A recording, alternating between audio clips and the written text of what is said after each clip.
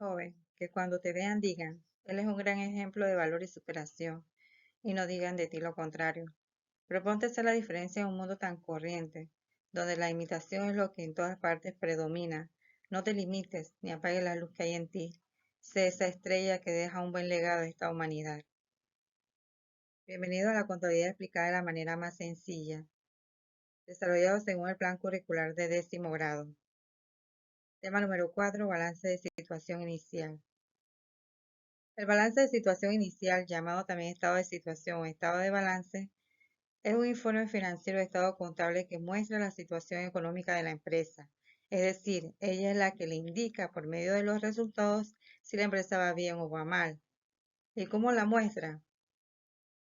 La muestra agrupando en las cuentas reales o el conjunto de componentes contables que son activo, pasivo y capital los elementos patrimoniales. Es decir, agrupando según corresponda al activo, pasivo y capital, los bienes, derechos, obligaciones y los recursos económicos obtenidos por la empresa. Antes de explicar cómo se hace un balance de situación inicial, demos un repaso de las cuentas reales o principales para que se haga fácil su comprensión y desarrollo. No se nos olvide que el activo es el conjunto de todos los bienes que tiene, o sea, que posee la empresa. Dicho activo se divide en activo corriente o circulante, activo no corriente o activo fijo. Activo corriente o circulante es el bien que puede convertirse en dinero en menos de 12 meses o de un año. Activo corriente. Tenemos la caja de efectivo, es el dinero que se dispone para los pagos menores y extraordinarios de la empresa.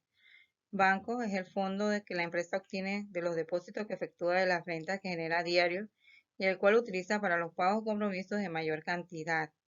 Las cuentas por cobrar son los créditos que por venta se le otorga a los clientes y que por préstamo se les da a los colaboradores de la empresa. Los documentos por cobrar son los créditos que se otorga por medio de un documento. El inventario es la mercancía que tiene la empresa disponible para la venta.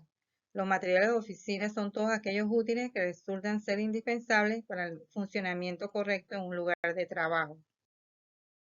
El activo no corriente o activo fijo es el bien tangible, o sea, palpable, y el intangible, inmaterial, que no puede convertirse en dinero a corto plazo, o sea, a menos de 12 meses o un año, sino a más de un año, y que normalmente son necesarios para el funcionamiento de la empresa.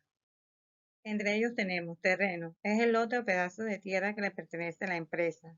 Edificio es la estructura construida o edificada para el funcionamiento de la empresa. Maquinaria, el conjunto de máquinas que se utilizan para la producción de la empresa. El equipo rodante son los camiones utilizados para la carga y entrega de mercancía.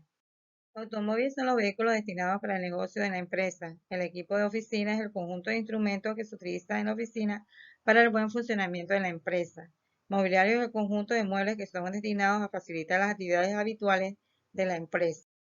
No se nos olvide tampoco que el pasivo es el conjunto de obligaciones o deudas que son adquiridas por la empresa, y las mismas pueden ser adquiridas a corto plazo, tiempo inferior a un año, y largo plazo, tiempo mayor al de un año.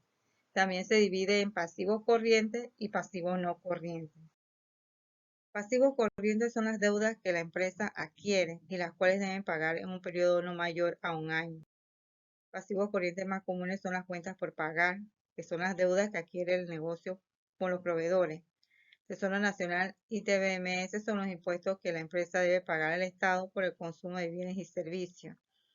Documentos por pagar son las letras o pagarés que la empresa da como garantía por la compra de un bien o un servicio al crédito.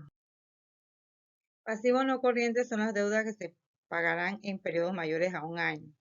Pasivos no corrientes más comunes son las hipotecas por pagar, que es la obligación adquirida por la empresa, la cual se deja como garantía de un bien inmueble. Préstamos por pagar son las obligaciones que la empresa contrae por los bancos. Y otra de las cuentas reales o principales de la contabilidad es el capital. Recordemos que el capital es el valor económico o monetario que obtienen los propietarios del fruto de sus aportaciones. Y eso se consigue con la suma de las aportaciones que dieron para el funcionamiento de la empresa, más la suma de las reservas o las retenciones de las utilidades, en otras palabras, de ese beneficio que la empresa no ha repartido por si algo negativo le pasa a la empresa en el futuro. y más la suma de los resultados que se obtiene de la cuenta de pérdidas y ganancias. El capital se divide en capital social, acciones de capital suscrito, aportaciones para futuros aumentos del capital, prima de ventas de acciones, donaciones, reserva legal, reserva de reinversión.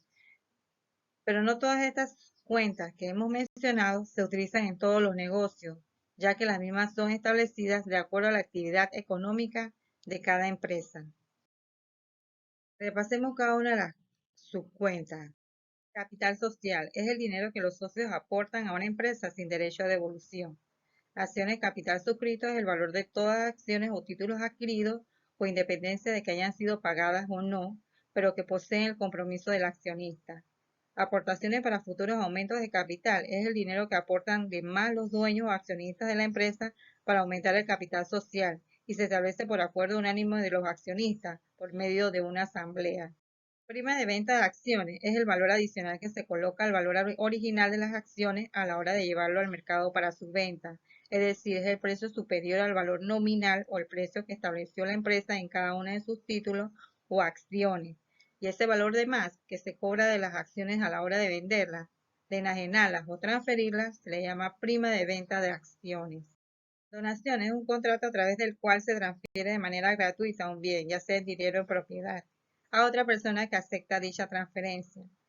Reserva legal es un fondo que se obtiene de un porcentaje establecido de las utilidades obtenidas en cada periodo. Dicho fondo debe ser guardado con el fin de proteger el patrimonio de la empresa en caso de que se presenten pérdidas. Reserva de reinversión de utilidades. Esas utilidades, en vez de ser distribuidas entre los socios, son reinvertidas en las empresas para generar mayores inversiones temporales y permanentes. Y todo con el fin de no correr riesgo con las altas tasas de interés que cobran los acreedores en el otorgamiento de los créditos. Ahora sí, después de este importante repaso, podemos confeccionar el balance de situación inicial.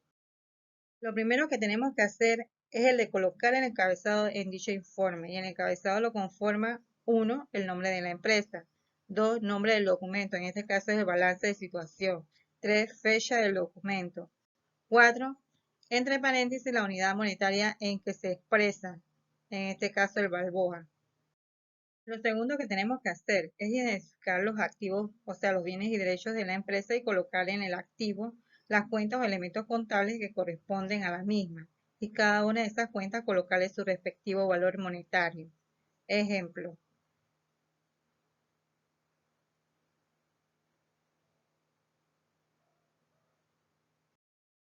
Lo tercero que tenemos que hacer es identificar los pasivos, o sea, las obligaciones de la empresa y colocar en el pasivo las cuentas o elementos contables que corresponden a la misma y cada una de esas cuentas colocarle su respectivo valor monetario.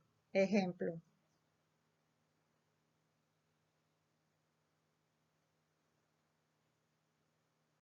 Lo cuarto que tenemos que hacer es obtener el capital neto y el mismo se logra restando el valor total del activo con el valor total del pasivo. La diferencia es el resultado de capital de la empresa. Ejemplo.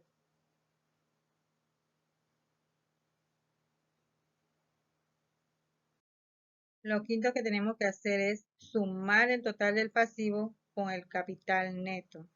Ejemplo.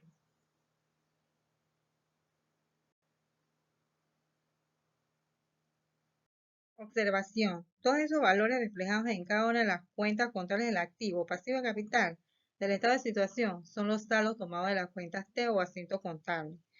Como vemos en el ejemplo, tenemos en la cuenta T Banco.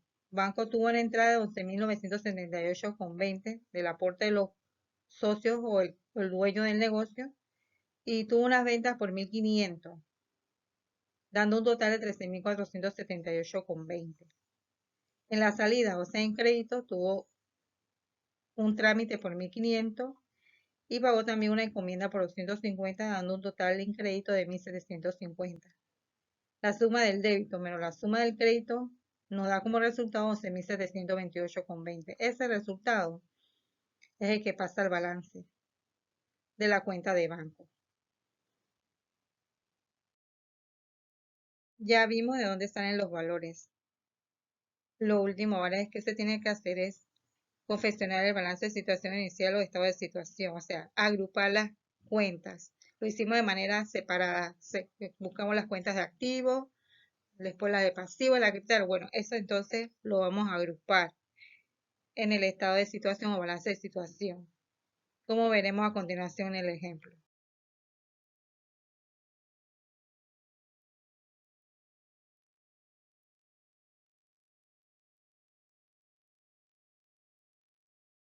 Vemos que el activo fue por 57.028,20 y el pasivo fue por 36.130,60.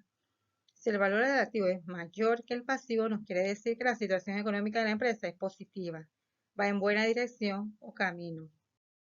Les presento este segundo ejemplo y quiero que observen el mismo. Veamos los totales del activo y el pasivo.